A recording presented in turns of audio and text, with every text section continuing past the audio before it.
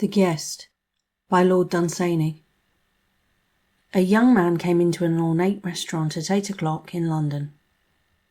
He was alone, but 2 places had been laid at the table which was reserved for him.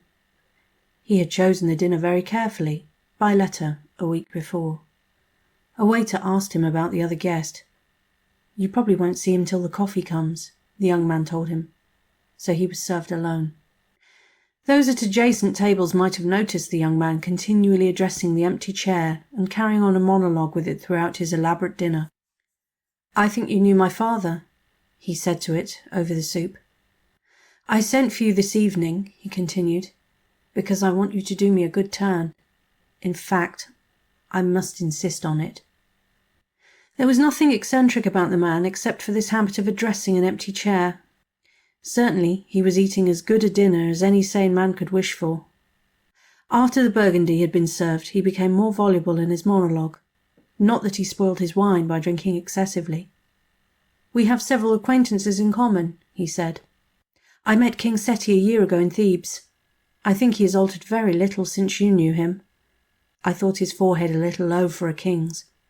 Cheops has left the house that he built for your reception. He must have prepared for you for years and years. I suppose you have seldom been entertained like that." "I ordered this dinner over a week ago. I thought then that a lady might have come with me, but as she wouldn't, I've asked you.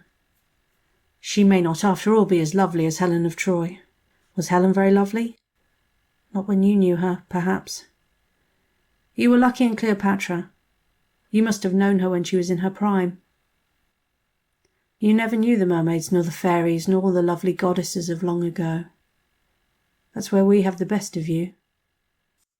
He was silent when the waiters came to his table, but rambled merrily on as soon as they left, still turned to the empty chair.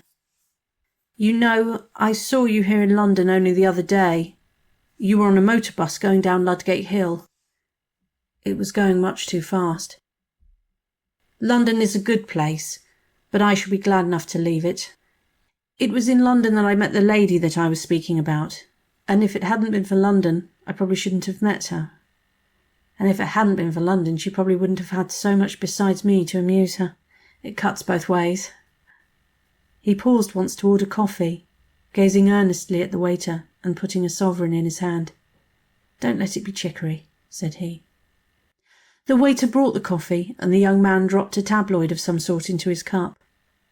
"I don't suppose you come here very often," he went on. "Well, you probably want to be going. I haven't taken you much out of your way. There is plenty for you to do in London." Then, having drunk his coffee, he fell on the floor by a foot of the empty chair, and a doctor who was dining in the room bent over him and announced to the anxious manager the visible presence of the young man's guest. The end.